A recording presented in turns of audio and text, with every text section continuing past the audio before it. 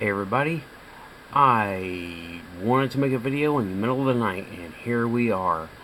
Okay, and this video, I was talking about this with a friend of mine and I've had this idea for a long time. We have the Delta 7B Jedi Starfighter shown in this picture here. Let me do this so you can see my hand a little better. Is that yellow? Ugh. Oh well. Okay. But that's what we're showing here. Now I want to talk about compatibility with droids. Okay, and I'm not talking about the ones that have the droid built into the craft. This is a Star Wars video, by the way. Spoiler. And I'm talking about the ones with the removable droids, where they pop out. Where they have a socket and they go out. Okay, now that's the Delta 7B. Here's the T65. Now, as far as the droid goes in, the droid goes out. He has a socket and he sits there, latches down. He's fine between those two. Also with the Y-Wing. Now this is the Clone Wars version of the Y-Wing with the armor attached. It's the same Y-Wing as in A Return of the Jedi. It's just stripped of its armor. Okay, now right over here, let me see if I can zoom in some. I'll stay with that zoom. That works. All the pictures are there. Okay, now hopefully you can see that. Oh, let me see if I can zoom in here. Nope. Okay. Hopefully you can see that the droid is sitting in a... Let me just do this. I'm trying to do this on a tripod so it's not shaky. Oh well. Okay. The droid is just sitting in its socket, all happy. Okay. You can see that in the other two pictures better, right? Here's that one. You can see he's sitting in his socket. Everything's fine, right? Same thing with, well, you can't see this as well, but we all know, if you're watching this video, you're a Star Wars fan, okay? And you know, you've seen R2 enter and exit the T65. Yeah, that's R2. It says Red 2. Whatever. It's a picture of an X-Wing with a droid in it, and it works. Now, however, what I want to talk about is the Naboo N1. Okay, now if you'll notice, he's not really sitting in his socket the same way as he is in the X-Wing, the Y-Wing, and the Delta.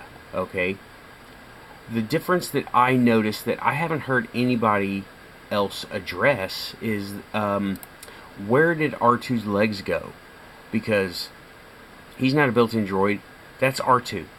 He goes into he pops out. He comes out. Here's my idea.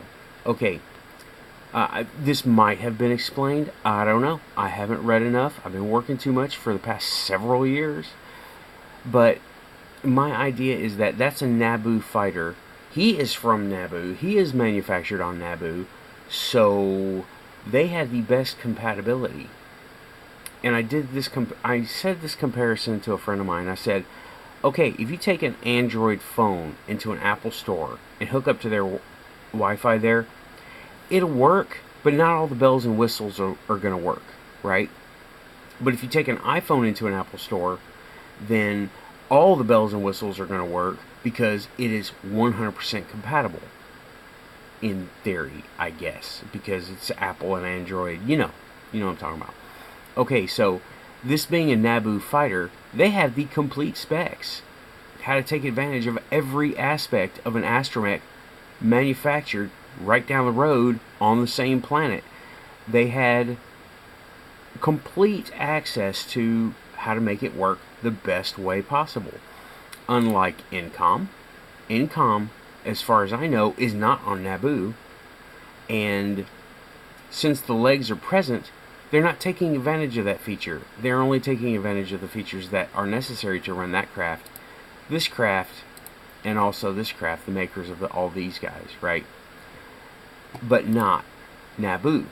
The guys from Naboo, they had complete access. They were probably hardwired to, their factories were hardwired to each other. And I'm using slides. I'm using OpenOffice to show this off, and a tripod. Hey, it seems to work, right? There might be some scan lines in the screen. Sorry about that. I have an old monitor. And, well, that's what I wanted to talk about. And I think I got the point across that R2, being the type of astromech that he is, has legs. And in these three fighters, these three ships, okay, that particular aspect of his design is not addressed because it is not necessary. And it might have been a little difficult to incorporate. Unlike the Naboo N1, top of the line, I guess at the time, Royal Starfighter. So they took advantage of all the bells and whistles to make the most efficient connection between the ship and the unit. So, what do you think? That's what I'm thinking. I think that's why his legs disappeared in Episode 1 and in New Hope and Clone Wars and the prequels. They did not. That's actually Clone Wars animated, but it's the same ship. So, let me know what you think. And thumbs up would be nice. So, thanks for watching another geeked out video. Thanks a lot. Out here. Bye-bye.